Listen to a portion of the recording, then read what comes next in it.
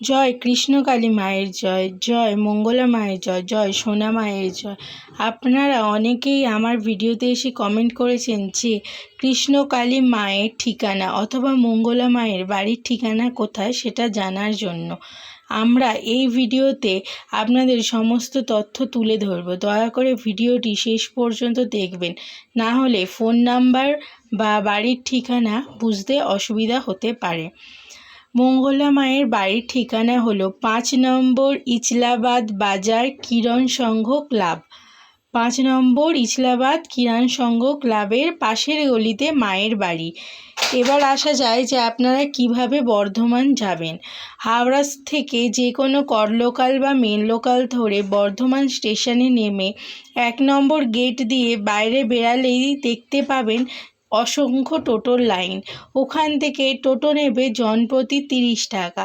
ওখান থেকে টোটোয় উঠে বলবেন আমরা কৃষ্ণকালী মায়ের বাড়ি যাব।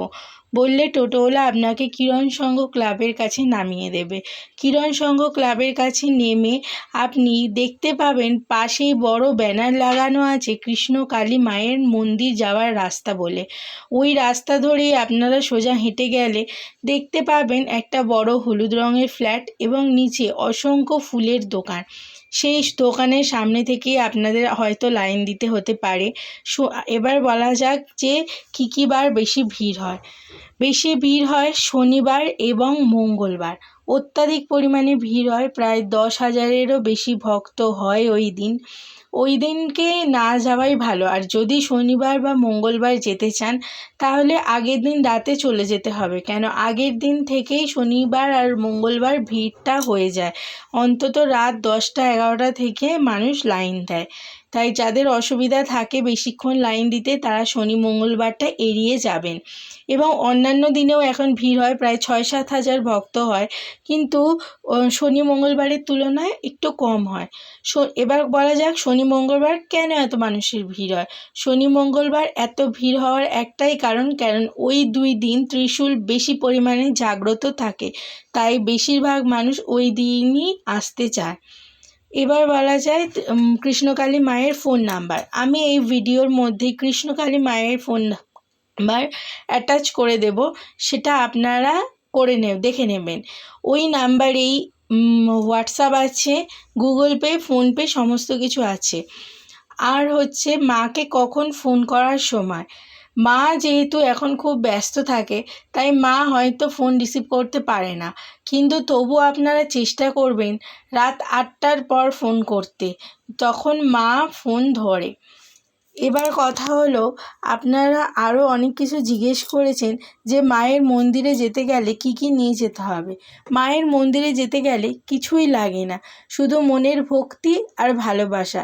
এবার চাইলে আপনারা ফুল বা মায়ের জন্য মিষ্টান্ন নিয়ে যেতে পারেন, আপনাদের যদি ইচ্ছা হয় তাহলে। না হলে মায়ের মন্দিরে কোনো কিছু নিয়ে যাওয়ার নিয়ম নেই। এবার আসা যাক, অনেকে জিজ্ঞেস করেছেন মায়ের মন্দিরে কি খেয়ে যেতে হবে নাকি উপোস করে যেতে হবে। প্রথমেই বলে রাখি, মঙ্গলা মা বলেছেন সকল ভক্তকে পেট ভরে নিরামিষ আহার করে আসতে।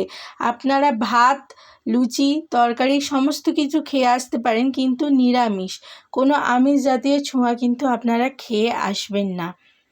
আরও বক্তব্য হলো যে মঙ্গলা মায়ের কাছে কোনো তাবিজ কবজের নিয়ম আছে কি না, মায়ের কাছে কোনো তাবিজ কবজের কোনো নিয়ম নেই। মা কোনো তাবিজ কবজ কিছু দেয় না, কিন্তু আপনারা দয়া করে কোনো তাবিজ কবজ পরবেন না, কারণ ওগুলো কুসংস্কার। মায়ের কাছে গেলে একটাই তাবিজ কবজ দেয় মা, যেটা হলো কৃষ্ণকালী মায়ের নাম উচ্চারণ, মায়ের নাম জপ।